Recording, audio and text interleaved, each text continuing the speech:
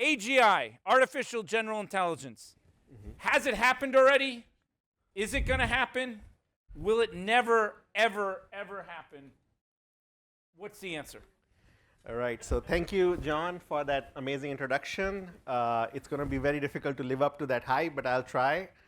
So let's talk about AGI for a little bit. I know some people are concerned. There's definitely some sort of conversation coming our way that AGI is here, AGI is about to come, or oh my God, the AI is already better than humans. So let's talk about that a little bit, and let's talk about it scientifically. So if you look at human brain, we have 1 trillion connections. 1 trillion connections are inside our human brains. And what does that mean? I think he has 2 trillion, just so you know. So what does that mean? That you have 1 trillion connections. In order to represent those trillion connections, you need, 100 trillion connections, my bad. 100 trillion connections. He has 200 trillion. 100 trillion connections.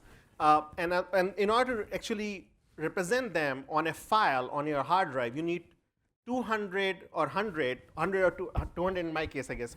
100 terabytes of data is needed to actually represent that much.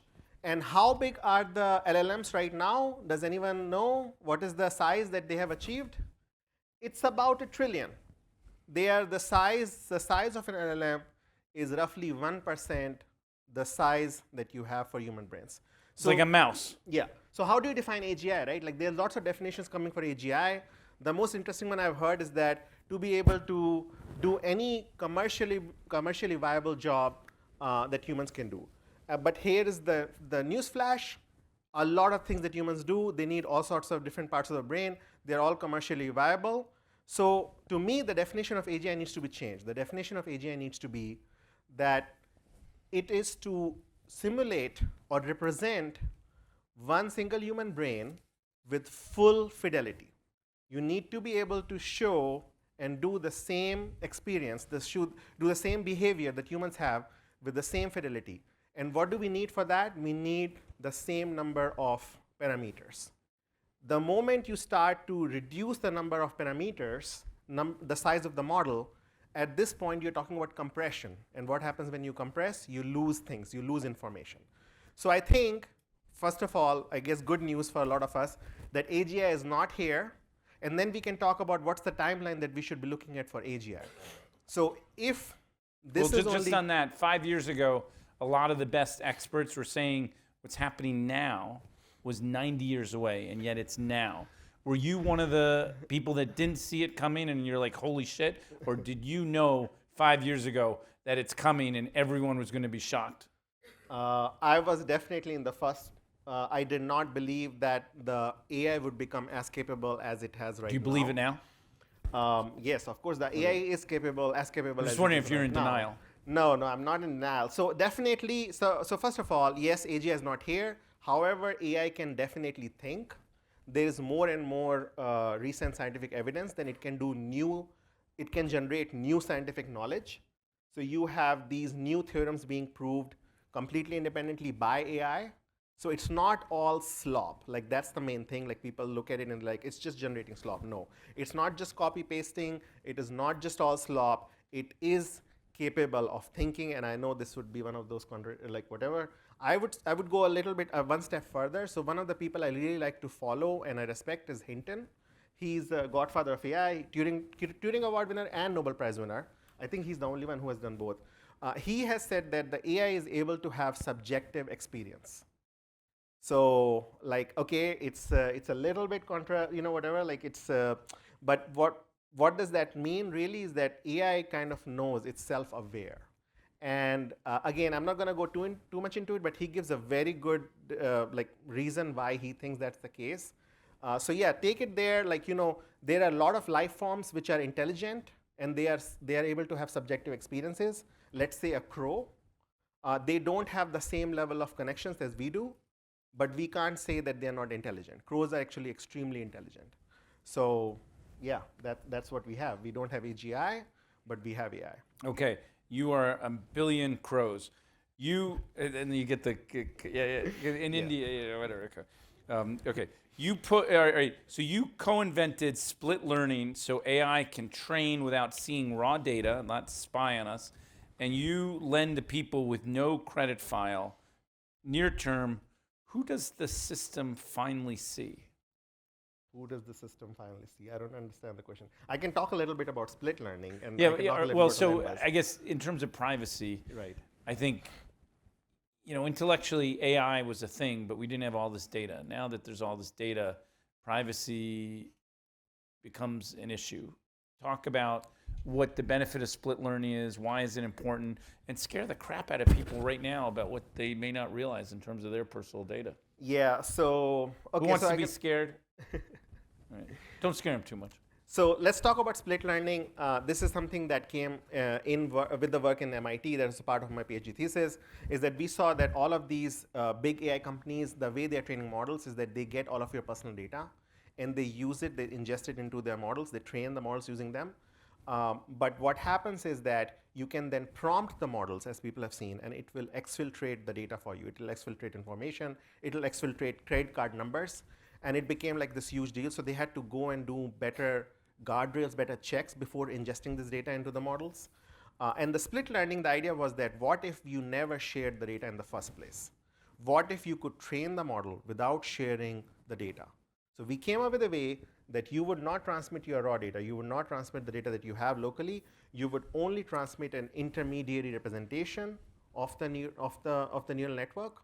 And that intermediate representation would then go further and train the rest of the neural network. So you would split the neural network between the different places.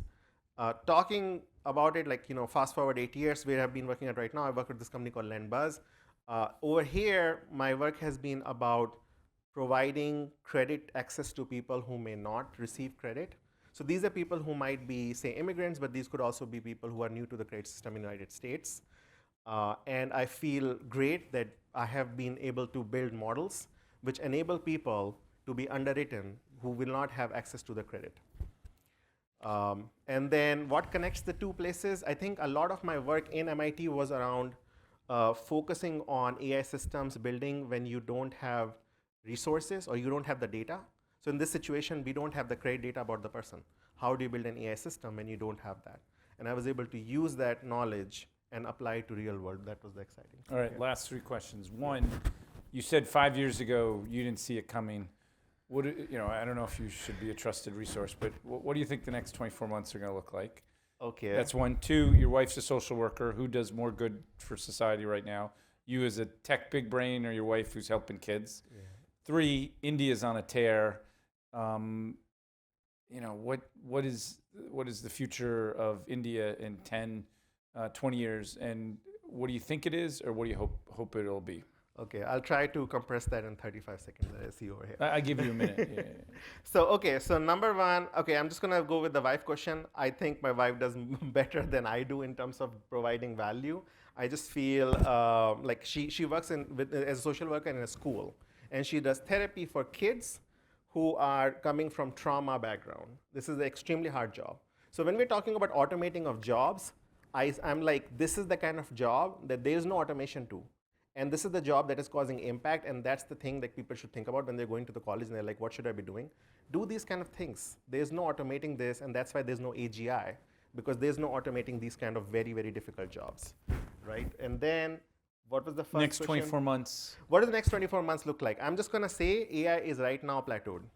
The LLMs have run out of the data, the public data that is there to train on. So you're gonna see incremental improvements. They look better. One of the exception to this is this idea of verifiable tasks. So if you have a job which you can check that it actually works, there's a rule-based engine which can say that, yeah, this was done. So for coding, what they're doing is they're training the model by generating more and more code.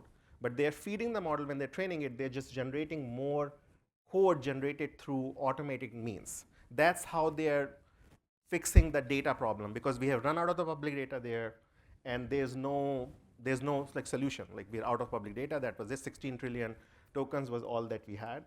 True or false? Delhi's the capital of India. Delhi is the capital of India. True or false? You were the #1 student at IIT Delhi. I was the President's Gold Medal winner, which is the #1 student in IIT Delhi. That's right. Okay.